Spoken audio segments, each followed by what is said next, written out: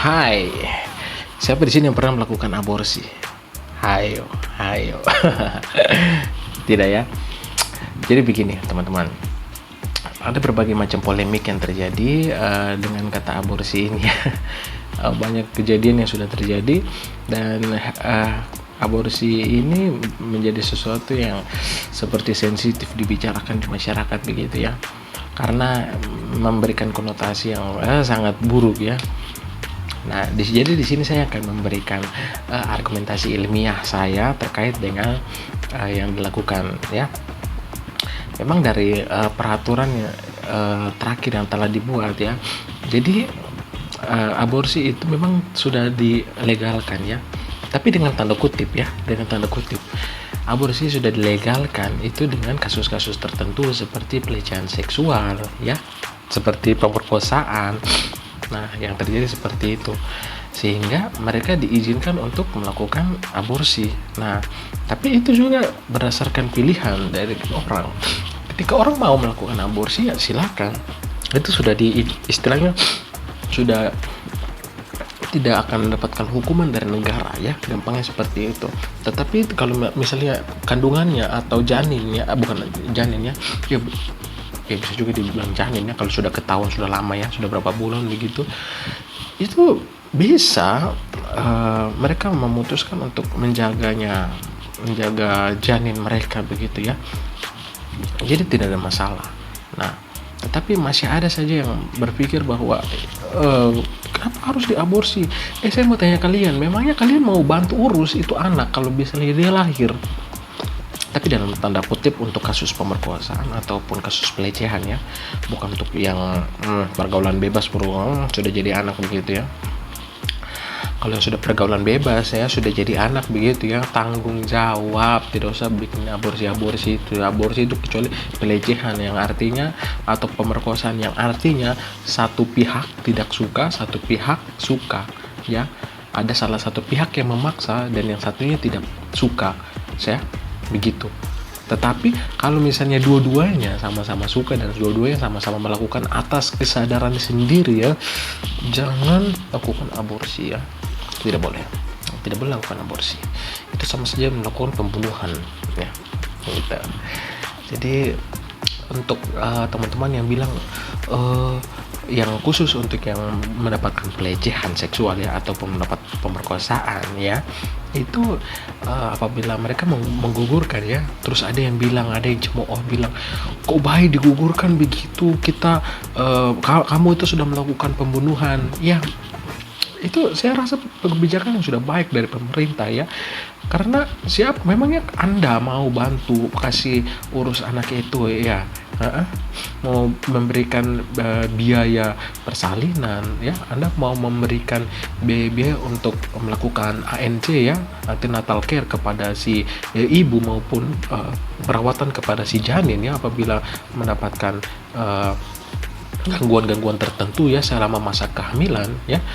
Itu Anda tidak bertanggung jawab. Kalau misalnya Anda mau bertanggung jawab, oke, mungkin seseorang itu bisa mempertahankan kehamilannya begitu ya.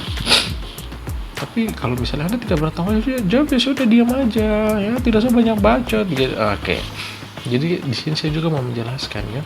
Ada yang alasannya begini, sudah melakukan ya, sama-sama suka bikin ya, kemudian alasan aborsi dengan alasan apa, bilang katanya saya masih sekolah, saya gugurkan anak ini supaya ada masa depan untuk saya. Iya, Anda ya memikirkan masa depan Anda dengan membunuh seseorang ya, dan Anda melakukan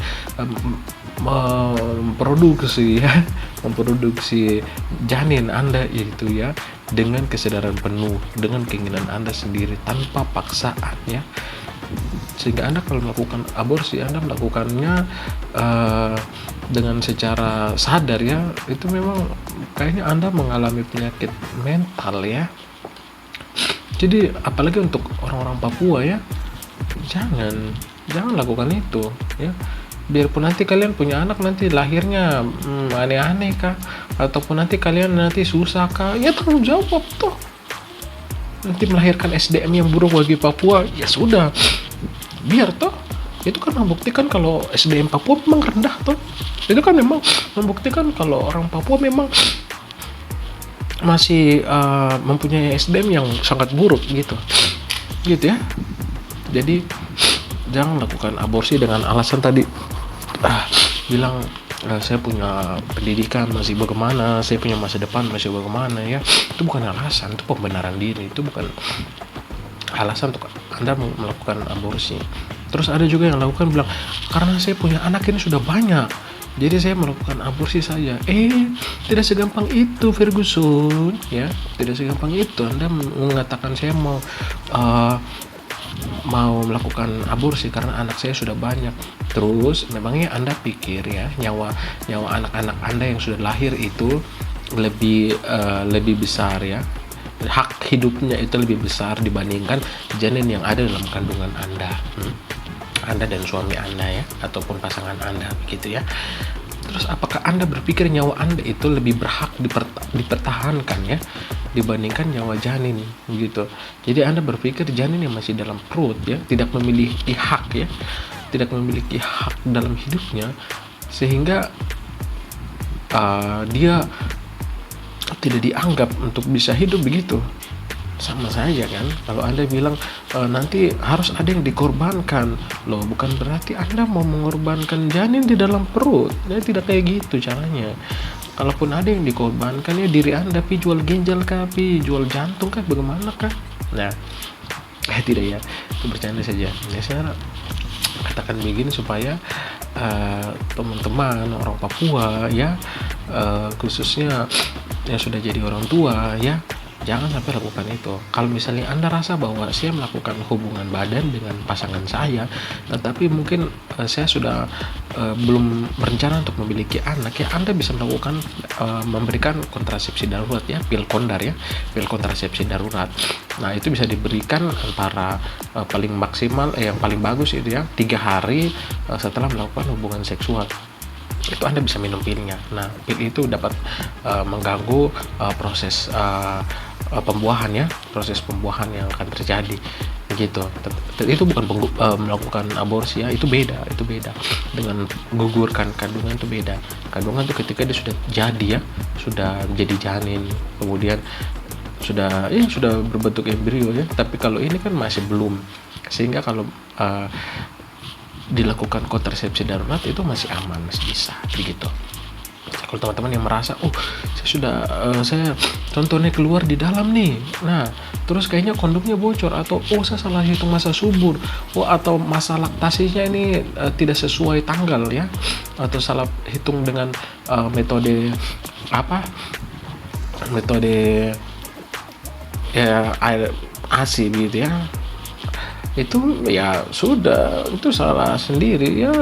Jalan satu-satunya ya pil kondar. Kalau tidak ya sudah, pertahankan janin itu dan lahirkan dia dengan kondisi apapun. Itu salah Anda sendiri. Kenapa melakukan aborsi? Memang Anda pikir nyawa Anda lebih berharga daripada nyawa janin itu? Apakah Anda sudah menghirup udara, akhirnya Anda merasa Anda punya hak itu lebih besar untuk hidup dibandingkan janin yang masih mendapatkan asupan oksigen, asupan makan dari Anda gitu ya. Ini menjadi suatu kritikan keras juga untuk pemerintah ya, bukan pemerintah tetapi juga masyarakat ya, tetapi juga pemerintah ya, supaya bisa menanggulangi hal-hal seperti ini, khususnya untuk bidang kesehatan itu bisa dimaksimalkan lagi semakin lebih baik begitu ya. Itu mungkin dari saya argumentasi ilmiah yang bisa saya berikan untuk teman-teman. Sampai jumpa di video selanjutnya, bye.